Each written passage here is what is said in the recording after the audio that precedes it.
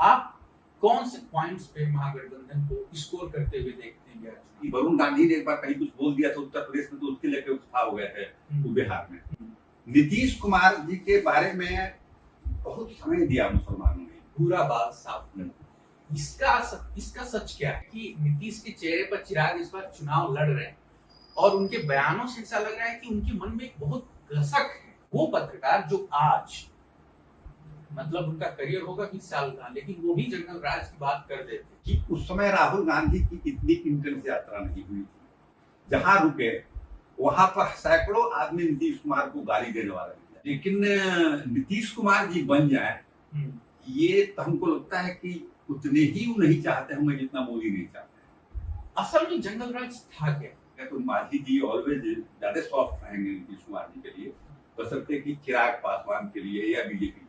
118 seat या 117 seat जीता था नीतीश कुमार की पार्टी ने जेडीयू, उसमें तो कोई वुमेन के लिए पैसा नहीं दिए थे। चिराग पासवान हिस्टोरिकली अगर एनालाइज कीजिएगा तो कभी नहीं चाहेंगे कि नीतीश कुमार मुख्यमंत्री बने। सॉलिड कारण है कि नीतीश कुमार जी के आगे सडनली कोई खुश नहीं हो जाए। नमस्कार, मैं आनंदलाल शर्मा और आप देख रहे हैं नेशनल हेराल्ड, नवजीवन और कौमी आवाज की साझा पेशकश। आज हम बात करेंगे नीतीश कुमार की, क्योंकि अमित शाह की जो हिपोक्रेसी है वो एक अलग लेवल पे चल रही है। बिहार में वोटिंग तो 6 नवंबर को होनी है, लेकिन उससे पहले ही अमित शाह ने एक चैनल पर यह बयान दे दिया कि विधायक दल का नेता कौन होगा या मुख्यमंत्री कौन होगा ये विधायकों की बैठक में तय होगा।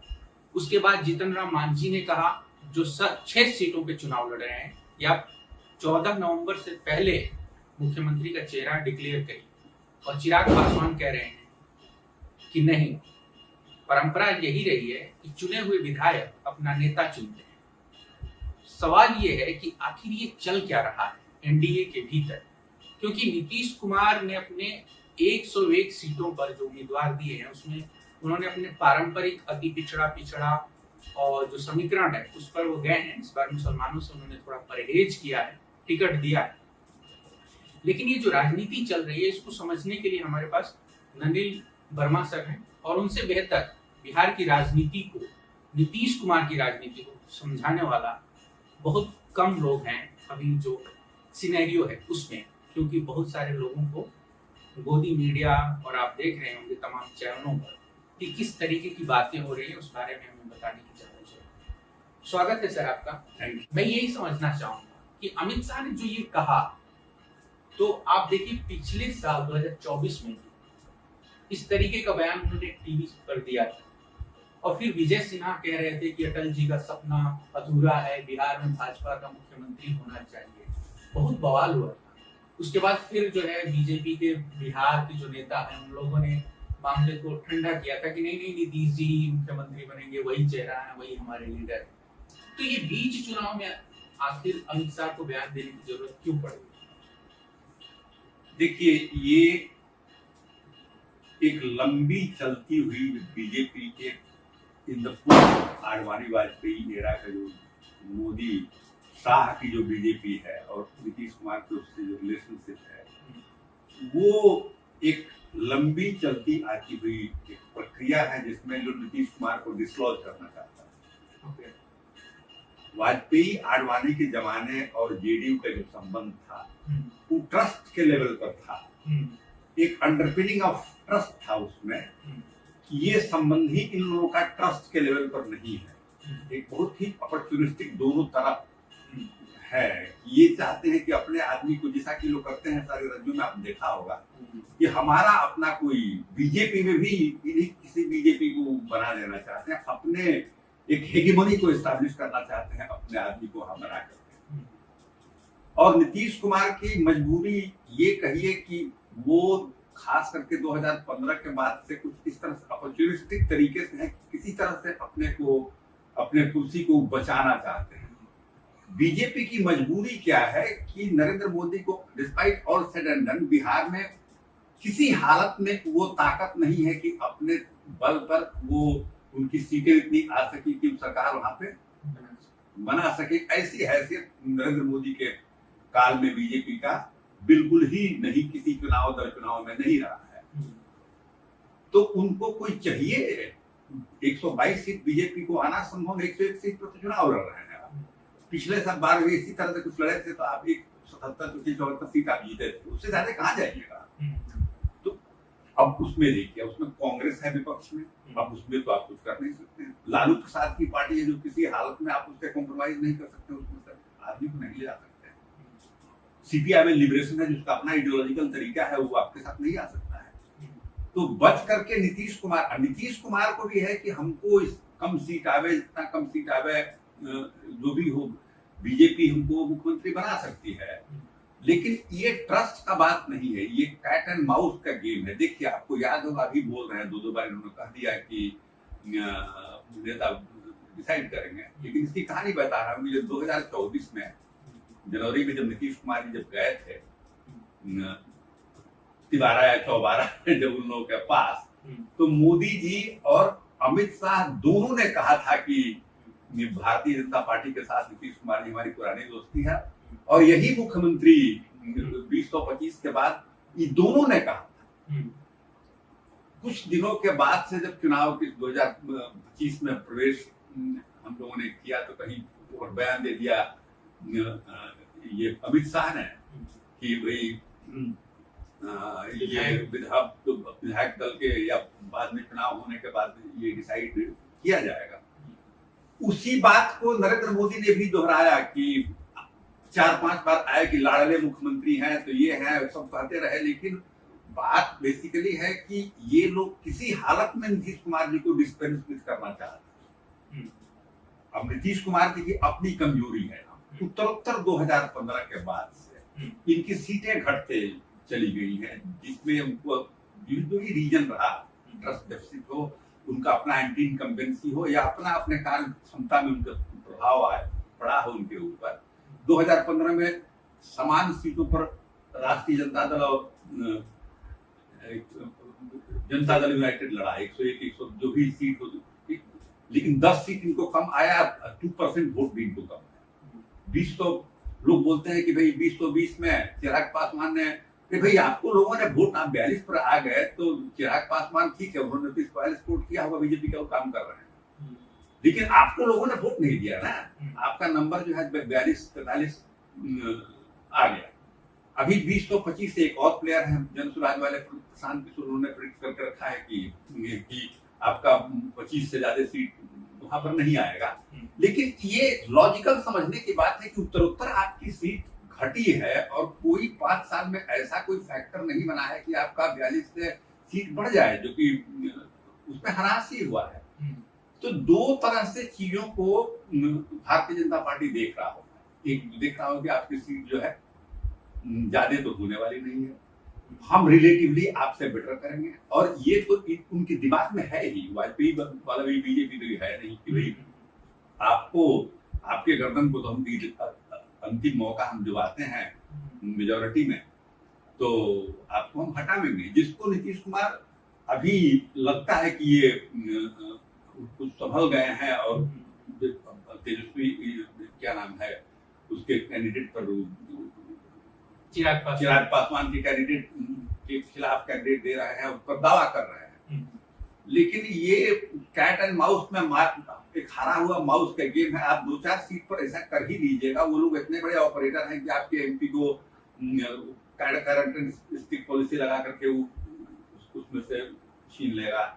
प्लस आप जीत के भी जाइएगा, क्योंकि पोस्ट पोल में अगर थोड़ा भी गुंजाइश लगेगा तो एक यही सीट की बात थोड़ी है, किस तरह से हड़प लेगा आपको, आप और कमजोर रहिएगा।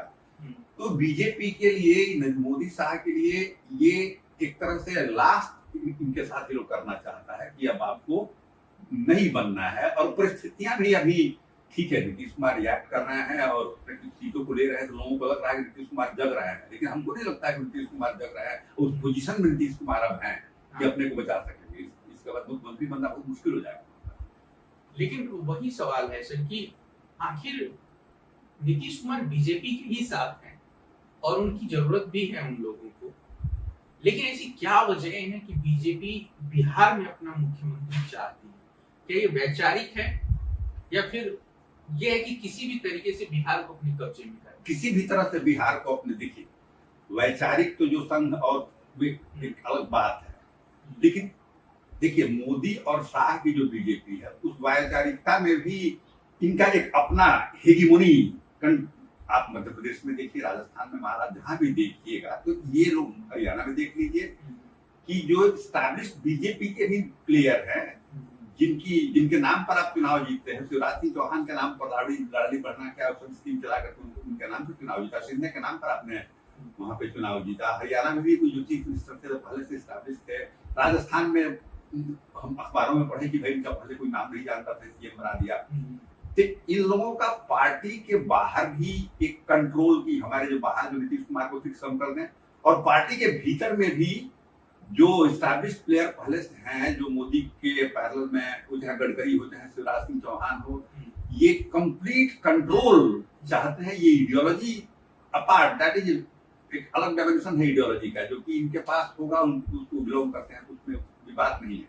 लेकिन उस आइडियोलॉजी के तहत भी मेरा कंट्रोल रहे, यूनिटरी कंट्रोल मेरा रहे, यही इन लोगों का ऑपरेशन है, जिसके तहत बिहार को चाहता है। अब बिहार की जमीन ऐसी नहीं है कि जिस तरह से उत्तर प्रदेश में आप चुनाव जेन्युइनली जीत करके योगी जी जो बन जाते हैं, वो जमीन बिहार में है ही नहीं। और कितना हो डेमागोगरी नरेंद्र मोदी जी का हो, कोई भी बात हो, वो उस तरह की जमीन नहीं है कि आप वहां पर अपने आप पर आप ट्रिपल डिजिट में आप चले जाइएगा, 102% जीत लीजिएगा। ऐसी स्थिति बिहार की जमीन पर है ही नहीं। अगर बीजेपी और नीतीश कुमार की सीट बंटवारे को भी देखें, जिस तरीके का कैंडिडेट सिलेक्शन है, तो आपको ये लगता है कि नीतीश कुमार पिछली बार का जो रिजल्ट था 42-43 सीटों का, उससे बेहतर करेंगे और बार्गेनिंग पोजीशन में आ जाएंगे? नहीं, हमको नहीं लगता।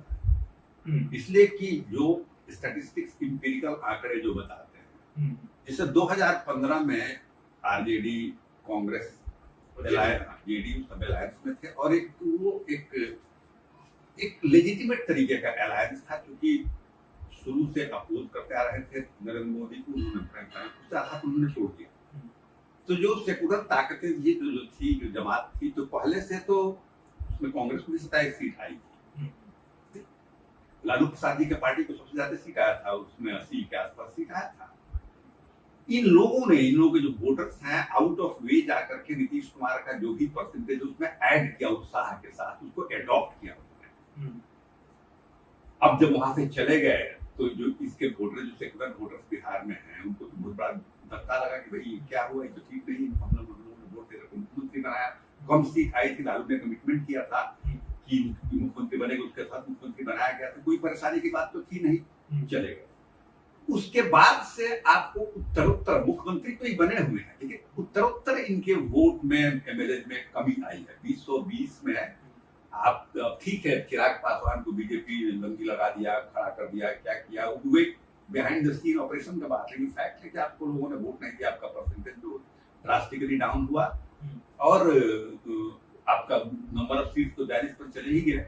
अब 2020 से लेके 2025 में ऐसी क्या बात हो गई है कि आपका नंबर जो है बढ़ जाएगा।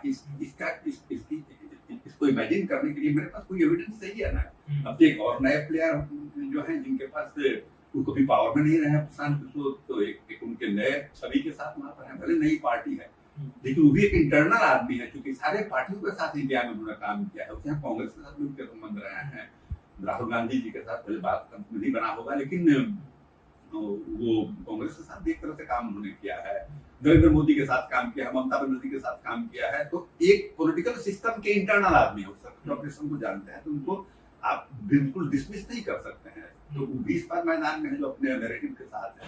ऐसे कंडीशन में नीतीश कुमार जी का बीच से सीट 42 से बढ़ जाए, घटेगा नहीं, तो बढ़ने का तो हम कोई संभावना नहीं देखते। लेकिन यहीं पर एक चीज इंटरेस्टिंग हो जाती है कि क्या चिराग पासवान इसीलिए उत्साहित हैं कि नीतीश कुमार का प्रदर्शन नीचे जाने वाला है और उनके चांसेस बढ़ सकते हैं? देखिए, इन लोगों का भी हिस्टोरिकल है, ये फादर के जमाने से भी एलजेपी के रामविलास पासवान से उसमें डिटेल में जाने में समय लग जाता है, डाइसेक्ट करने में बातों को। लेकिन एलजेपी के साथ रामविलास पासवान का जो तरीका था, उसके साथ कभी कंफर्टेबल नहीं रहे हैं नीतीश कुमार और रामविलास पासवान। का वो लालू यादव से वो अलग हुए, फिर गए कांग्रेस से, लेकिन जो इक्वेशन इमोशनल पॉलिटिकल लेवल पर लालू और रामविलास का था, नजदीकी या दूरी एक पॉलिटिकल रिलेशन हो सकता है, ये संबंध जो था नीतीश कुमार का रामविलास से नहीं रहा है। वो एनिमी ही उनको मानते रहे, जब नीतीश कुमार उनको एनिमी मानते रहे हैं, और उतने सहृदयता के साथ रामविलास जी इनके साथ नहीं रहे। आप जब अलायंस जब हुआ था तो पहले से बीजेपी का नीतीश जी के साथ अलायंस था। आपको 2019 के चुनाव में रामविलास जी गए तो उनको सीटें मिल गई, फिर जीत गए, लेकिन वो अलायंस जो था वो बीजेपी रामविलास जी का अलायंस था, वो जेडीयू का अलायंस जो था उनके साथ नहीं था। वो तफरका उन लोगों के हमेशा रहा, और जब उनका डेथ हो गया तो फिर चिराग पासवान जो है, चिराग पासवान कभी नीतीश कुमार को नेता नहीं मान सकते। लेकिन ये बड़ी इंटरेस्टिंग बात है कि नीतीश के चेहरे पर चिराग इस बार चुनाव लड़ रहे हैं, और उनके बयानों से ऐसा लग रहा है कि उनके मन में एक बहुत कसक है, और वो अपने आप को दबाए हुए कि किसी तरह से चुनाव समाप्त हो जाए, रिजल्ट आ जाए, और फिर देखें कि क्या कर सकते हैं। कौन दबाया? चिराग पासवान हिस्टोरिकली अगर एनालाइज कीजिएगा तो कभी नहीं चाहेंगे कि नीतीश कुमार मुख्यमंत्री बने। हम कम सीटों पर चुनाव लड़ रहे हैं, तो ये तो हमको नहीं मालूम है, लेकिन एक राजनीतिज्ञ के बेटा है, पॉलिटिकल इनहेरिटेंस से आते हैं, तो बीजेपी के पास अगर मान लीजिए बीजेपी के पास किसी कंडीशन में 122 अपने आप पर इतना लड़ ही नहीं रहा है, तो ये भी इसके तलाश में जरूर होंगे चिराग पासवान की कुछ ऐसी स्थिति बने कि नीतीश कुमार नहीं बने, तो बीजेपी के पास तो ऐसी स्थिति बड़ा मुश्किल से होगा कि अपना सीट मिल रहे यहाँ पर बिहार में, क्योंकि उसको अपनी मेजोरिटी होगी नहीं यहाँ पे, तो उसमें मेरा चांस बन सकता है, उस चांस को सी कर रहे होंगे। लेकिन नीतीश कुमार जी बन जाए, ये तो हमको लगता है कि उतने ही वो नहीं चाहते होंगे जितना मोदी नहीं चाहते। ये बड़ी इंटरेस्टिंग बात हो गई, क्योंकि चिराग पासवान कह रहे हैं कि विधायक दल का नेता विधायक चुनेंगे और ये 14 नवंबर को रिजल्ट आने के बाद होगा। अब जो हम देख रहे हैं कि मांझी जो है वो भी नीतीश कुमार की भाषा बोल रहे हैं, एक तरीके से कह दें कि जेडीयू या नीतीश कुमार के पक्ष में बोल रहे हैं। हालांकि नीतीश कुमार से अमित शाह की मुलाकात हुई है, लेकिन किसी ने क्लियर तौर पर बोला नहीं है कि क्या बातचीत हुई, हम लोग नहीं जानते। बट मांझी ने चिराग के उलट बयान दिया, और दोनों जो है आप देखिए महादलित और दलित समुदाय से आते हैं, और दोनों के बयानों में अंतर है। तो मांझी कौन सी राजनीति कर रहे हैं? मांझी देखिए, कुछ भी है, मांझी बीजेपी के साथ अगर गए हैं तो इसमें वो थ्रू नीतीश कुमार के साथ गए हैं। आपको याद होगा कि ठीक है 9 महीना के लिए बनाया, नीतीश कुमार हटा दिए, लेकिन मुख्यमंत्री को नीतीश कुमार नहीं बनाया था, मांझी को बनाया। मांझी से एक इमोशनल लेवल पर उनका एक समझदारी है उनके बारे में। रामविलास जी से या चिराग पासवान जी से कभी पॉलिटिकल संबंध जो है नहीं रहा है मांझी जी का, तो अगर सीएम बनाया तो फिर उन्होंने पिछले बार अपने कोटा से मांझी जी को सीट नीतीश कुमार जी दिए थे। तो एक लेवल पर मांझी जी को लगता है कि नीतीश कुमार मेरे लिए नजदीकी हैं, और जमीनी स्तर पर भी पासवानों और जो दलितों के बीच का जो कंट्रडिक्शन होगा, तो मुसहर के नेता हैं, तो पैन दलित लीडर कोई बन जाएगा तो उसमें तो फिर मुसहर भी तो वो अपने कॉन्स्टिट्यूएंसी को बचाने की रियलिटी जो है वो सूट करता है तो नीतीश कुमार के पक्ष में रहे। इसलिए वो नीतीश कुमार के साथ हैं। और आपको बता रहे पोस्ट का बहुत सत्ता की लड़ाई में सीएम का तगमा किसने दिया, तो नीतीश कुमार ने नहीं दिया थे, और उनको बुला करके उनके पास कंपल्सन तो नहीं था कि उनको बना देते, उन्होंने बनाया उनको। तो वो एक समझदारी पॉलिटिकल और इमोशनल हमको लगता है कि अगर नजदीकी की बात देखिएगा तो मांझी जी ऑलवेज ज्यादा सॉफ्ट रहेंगे नीतीश कुमार जी के लिए, बशर्ते कि चिराग पासवान के लिए या बीजेपी के लिए। हालांकि आपने बात की कि नीतीश कुमार की परफॉर्मेंस जो है उनकी पार्टी की बढ़ने के कोई मतलब ठोस कारण नजर नहीं आते हैं, लेकिन क्या उन्होंने जो पैसा बांटा है, जिस तरीके से उन्होंने महिलाओं को एड्रेस करने की कोशिश की है, उसका असर होगा? जी देखिए, चुनाव में इतने लेयर्स में असर हो है। ये केवल पैसा बांटने, नीतीश कुमार जी ने वुमेन कंस्टिट्यूंसी बनाया है, 50% रिजर्वेशन उन्होंने दिया वुमेन को लोकल बॉडीज में, आपको 35% गवर्नमेंट में सीट रिजर्व किया। उसके एक वुमेन कॉन्स्टिट्यूंसी वो बनाते आ रहे हैं, उसी में उन्होंने ये एक चुनाव के टाइम में 10,000 रुपया उन्होंने दे दिया।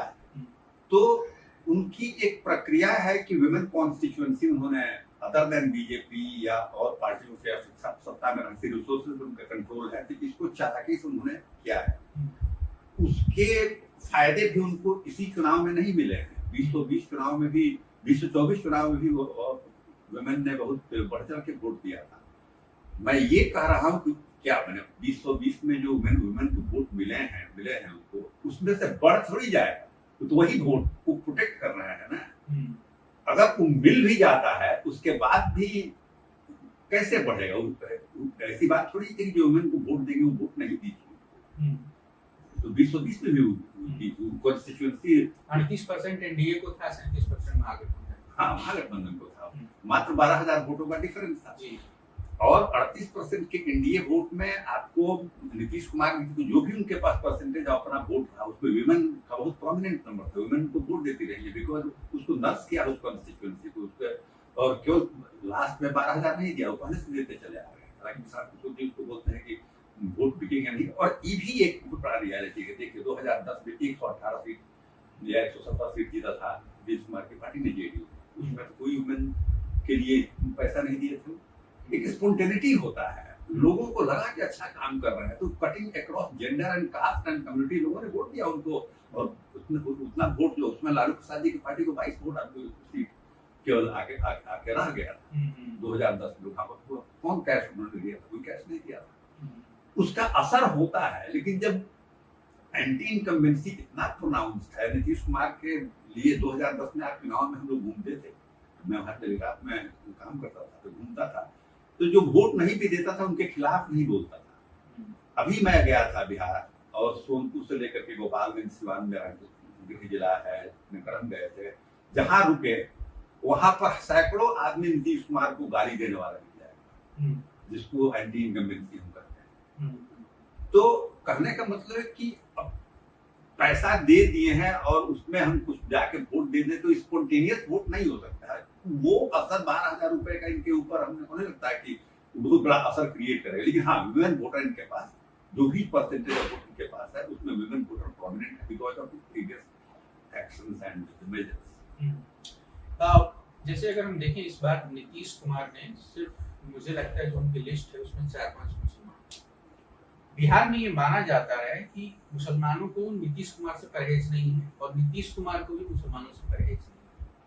लेकिन अगर आप देखें उनके जेस्चर देखें, वो जो उन्होंने किया पहले कि टोपी पहनने से इनकार कर दिया, कम टिकट दिए, और अभी जो सभाएं हो रही है अमित शाह योगी की, वो लोग खुल के मुसलमानों के खिलाफ बोल रहे हैं। तो क्या आपको लगता है कि इस बार के विधानसभा चुनाव में बिहार में खुलकर के सांप्रदायिक नैरेटिव पे चुनाव होगा, या जो बिहार का नेचर है, जो उसकी जियोग्राफी है, या फिर जो आप जनसांख्यिकी उसको कह रहे हैं हिंदी में, वो बीजेपी को और जेडीयू के लिए डिटरेंस का काम करेगी कि इस तरीके की सांप्रदायिकता नहीं चलेगी? नहीं, देखिए भारतीय जनता पार्टी के पास कोई उपाय नहीं है, वो तो करेगा ही। हिंदू मुस्लिम जो सांप्रदायिक राजनीति के सिवा कोई अचीवमेंट तो सरकार की नहीं है ना भाई, मोदी जी की है कोई भी हो, तो वो हिंदू मुस्लिम तो करेंगे, उनका वही तरीका है। नीतीश कुमार जी के बारे में बहुत समय दिया मुसलमानों ने, ये कि भाई ये डिफरेंट हैं, सोशलिस्ट स्ट्रीम से आते हैं, और एपरेंटली नीतीश कुमार जी ने ऐसा बिहेवियर नहीं थी, लेकिन इधर कुछ इनके एक्शन हुए हैं उसने मुसलमानों को बहुत ही आहत किया है। बिहार शरीफ का दंगा, जिसमें दंगा से ज्यादा दंगा तो मान लीजिए कि उस पर ग्रुप शामिल होते हैं कि इन्होंने कासीए एनआरसी पर सरकार को सपोर्ट किया, वक्फ बिल पर सपोर्ट किया।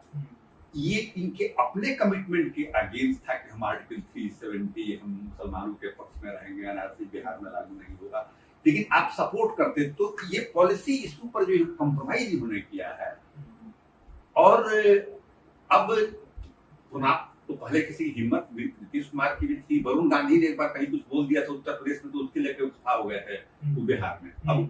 अब अमित शाह और योगी और एवं गिरिराज सिंह तरह के लोग जो है वो बिहार में जाकर के भाषण देते हैं, नीतीश कुमार चुप लगाते हैं उस पर। तो ये मुसलमानों को हर्ट किया है उसने, ये विश्वास उनका कम हुआ है। अब दिखाते हैं कि हम मुसलमानों के लिए एक हैं, लेकिन आप पहले इसका एक्शन नीतीश कुमार नहीं होते, कोई पहले कुछ बोलता था तो काउंटर करते थे। बिहार में बीजेपी नेताओं की हिम्मत नहीं थी मुसलमानों के खिलाफ जाए, वो कुछ बोले। बीजेपी में रहते हुए ऐसी स्थिति थी, मोदी के आने के बाद भी स्थिति बनी। लेकिन अब नीतीश कुमार पॉलिसी लेवल पर भी कॉम्प्रोमाइजिंग लगते हैं, और उस तरह के लोगों का एक्सेप्टेंस वहां पर गिरिराज सिंह, ये नहीं कि मोदी और अमित शाह योगी तो बड़े नेता हैं भाई, जाके तो बोलते ही हैं, लेकिन गिरिराज सिंह इस तरह के एलिमेंट जो है, आपको उनके डिप्टी चीफ मिनिस्टर जो है एक सिन्हा जो है, वो भी विजय सिन्हा, ये लोग मुसलमानों के खिलाफ बोलते हैं और उस पर नीतीश कुमार चुप लगाए रहते हैं। तो मुसलमानों के जो 18% की आबादी है बिहार में, ये नीतीश कुमार जी के ईमानदारी को लेकर, ऑनेस्टी को लेकर के एक हर्ट क्रिएट किया। जैसे बहुत सारे लोग एक आंकलन लगा रहे हैं कि टिकटों के बंटवारे में जो महागठबंधन को लेकर के जिस तरीके की रस्साकसी देखने को मिली, क्योंकि आप बिहार घूम के आए हैं और आप बता रहे हैं कि एंटी इनकम्बेंसी है, आपको लगता है कि ये सारी चीजें एंटी इनकम्बेंसी को एक तरीके से ध्वस्त करती हैं?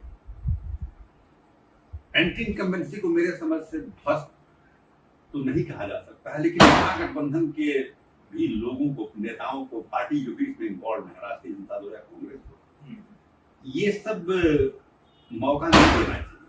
आप यूनाइटेड रहिए। राजनीति में, पॉलिटिकल करियर में, पॉलिटिकल लाइफ में, पॉलिटिकल डिस्पेंसेशन में सब चीजों का असर होता है। एंटी इनकम्बेंसी खत्म तो नहीं हो सकता, इसलिए कि उसके सॉलिड कारण है कि नीतीश कुमार जी के आगे सडनली कोई खुश नहीं हो जाएगा उनके, लेकिन उसका फायदा अगर केवल अपने एक छोटे 4-5-10 सीटों को लेकर के आप झगड़ते रहिएगा तो उसका फायदा आप उठाने में कमजोर हो जाइएगा। इतने कंपटीशन वहां पर बैटल है। जो बात तो मतलब बार बार ये आ रही है कि तेजस्वी यादव ने जिस तरीके से, मतलब आप देखिए जो डिबेट भी चलती है, बात उन्होंने नौकरियों का वादा किया और 2020 में भी उनको काफी अच्छा रिस्पांस मिला। अब बात वही हो रही है कि आखिर महागठबंधन ने जो अति पिछड़ा न्याय संकल्प जारी किया, मैनिफेस्टो आएगा, और एक तरफ बीजेपी और चुनाव आयोग का अनडिक्लेयर्ड अनविजिबल अलायंस जो आरोप लगाता है विपक्ष को, आपको लगता है कि इंडिया गठबंधन के लिए जिस तरीके का उन लोगों ने एक अम्ब्रेला बनाया है, आप देखिए दत्वा समाज के नेता को भी जोड़ा है, आप कौन से पॉइंट्स पे महागठबंधन को स्कोर करते हुए देखते हैं बिहार चुनाव? बिहार चुनाव में महागठबंधन की देखिए, एक तो 2020 चुनाव से मात्र 12,000 वोट से आप लोग हार गए, पीछे रह गए। तो आप तो स्ट्राइकिंग डिफरेंस में 5 साल पहले पहुंच चुके हैं। उसके बाद से हम सारे लोगों ने देखा है जर्नलिस्ट, न्यूट्रल ऑब्जर्वर के रूप में बिहार में, कि उस समय राहुल गांधी की इतनी इंटेंस यात्रा नहीं हुई थी। SIR का मुद्दा नहीं था। अब ये कोई कहे कि SIR का मुद्दा नहीं है, 65 लाख का नाम कट गया, तो इससे बड़ी मूर्खता कुछ नहीं हो सकती, वो है। और इसके रिस्पॉन्स स्पॉन्टेनियस राहुल गांधी की इस यात्रा में उन्होंने इंटेंसिव काम किया है। दलितों पर जो अत्याचार बढ़ा है और उस समाज मुखातिब हुआ है। मुसलमान नीतीश कुमार से और दूर में आप डिफरेंट रीजन से, जिसको हमने पिछले जवाब में आपको दिया। तो और अभी आपको हरियाणा में कोई दलित नेता किया, IPS पूर्ण कुमार, हाँ, सब काम छोड़ करके राहुल गांधी वहां पर गए। तो राहुल गांधी जी ने अपना भी एक्सेसिबिलिटी बढ़ाया है उन लोगों के बीच में through intensive campaigning for their cause, directly speaking for their cause. तो एक तरह से उनके लिए हमको लगता है कि सिंपैथी जो है लोगों के दिमाग में, जो कि दिखाई पड़ा आपको उनके यात्राओं के दौरान बिहार में इन लोगों ने किया, तो ये सब प्लस पॉइंट है। और इलेक्शन कमीशन का जो ये चला गया है लोगों के दिमाग में कि इलेक्शन कमीशन जो है भारतीय जनता पार्टी ने कंट्रोल करके इसको रखा है, उसका वो काम कर रहा है। ये केवल ये एक राहुल गांधी बोल दिए, लोगों के दिमाग कहीं आप जाकर बात कीजिए, लोग बताएंगे कि इलेक्शन कमीशन जो है विपक्ष नहीं सुनता है और बीजेपी के लिए काम करता है। ये गाँव में भावना, ये लोगों के बीच में ही बात करते हैं लोग, वोट देने वाले भी उनको लगता है कि नहीं इलेक्शन कमीशन ऑनेस्ट नहीं, टीयर सेशन का जमाना नहीं है, इस इलेक्शन कमीशन में बहुत बेईमानी कर रहा है। तो ये सारे चीजें जो है उसमें अब राहुल गांधी जी ने प्रेस कॉन्फ्रेंस करके एविडेंस दिया कि भाई देखिए मेरे पास, तुरंत तो नहीं बोल दिया था, इलेक्शन कमीशन का जवाब नहीं दे सकता है, आप एफिडेविट दीजिए क्या कीजिए, कुछ क्लेम टू द गारंटी नहीं कर रहा है। तो इतने बड़े जनसंख्या में आपको 12 करोड़ की आबादी में ये बातें चर्चा का विषय नहीं है और लीवरेज महागठबंधन को नहीं मिलेगा, ये विश्वास नहीं किया जा सकता। देखिए जो लालू जी की राजनीति शुरू होती है 90 के दशक में, नीतीश जी की राजनीति शुरू होती है और आप उसको बहुत अच्छे तरीके से जो है समझते हैं, आपने देखा है, आपने रिपोर्ट किया हुआ है। मैं इस चीज को समझना चाहूंगा कि आज भी तेजस्वी यादव के खिलाफ जब वो लगातार नौकरियों की बात करते हैं, रोजगार की बात करते हैं, स्वास्थ्य की बात करते हैं, जंगल राज का जो नैरेटिव उनके सामने खड़ा किया जाता है, वो पत्रकार जो आज मतलब उनका करियर होगा 20 साल का, लेकिन वो भी जंगल राज की बात कर देते और उन्हें सपोर्ट मिलता है बिहार के एक वर्ग से।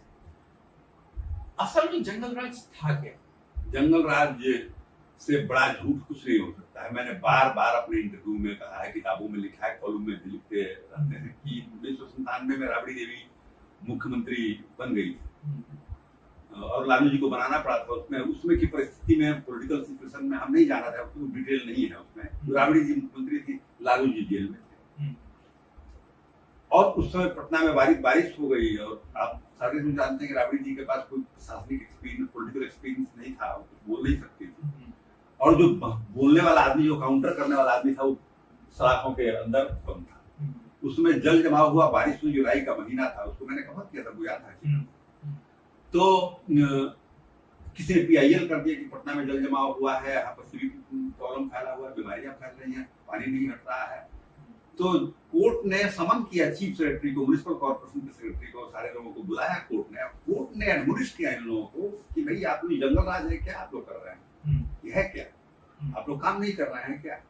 और कोर्ट का ये डायरेक्शन था कि पॉलिटिकल डिस्पेंसेशन कमजोर हो चुका है, लालू CM जेल में है, अपन पॉलिटिकल ये जो प्रशासनिक लोग हैं उसका फायदा उठा के डिरेक्शन ऑफ ड्यूटी कर रहा है। इस सेंस में कोर्ट ने डांटा था, इसी सेंस में रिपोर्ट भी हम लोग किए थे, हम स्टेट्समैन में थे, लोकल अखबारों ने भी इसी सेंस में रिपोर्ट भी किया था।